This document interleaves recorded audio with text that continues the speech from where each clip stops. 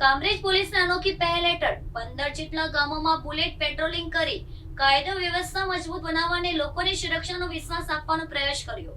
સુરત જિલ્લાના કામરેજ પોલીસ દ્વારા કાયદો અને વ્યવસ્થા વધુ મજબૂત બનાવવા તેમજ ગુનાખોરી પર અંકુશ લાવવાના હેતુથી અનોખી પહેલ હાથ ધરવામાં આવી છે. પોલીસ દ્વારા કામરેજ પોલીસ સ્ટેશન વિસ્તાર હેઠળ આવતા આશરે 15 જેટલા ગામોમાં બુલેટ પેટ્રોલિંગ કરવામાં આવ્યું.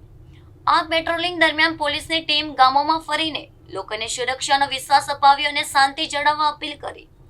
જાહેર સ્થળો, બજારો તેમજ સંવેદનશીલ વિસ્તારોમાં ખાસ નજર રાખવામાં આવી હતી. પોલીસ અધિકારીઓ સ્થાનિક લોકો સાથે સીધો સંવાદ કરી તેમની સમસ્યાઓ પણ સાંભળી હતી. આ પહેલનો મુખ્ય હેતુ ગુનાખોરી અટકાવી અને પોલીસ તથા પ્રજાના સંબંધોને વધુ મજબૂત બનાવવાનો છે.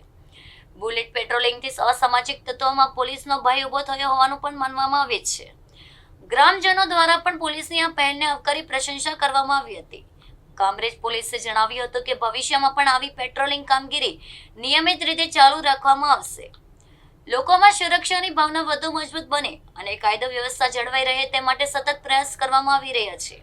આ અનોખી પહેલથી પોલીસ અને જનતા વચ્ચે વિશ્વાસનું બંધન વધુ ગાઢ બનશે તેવી આશા વ્યક્ત કરવામાં આવી છે.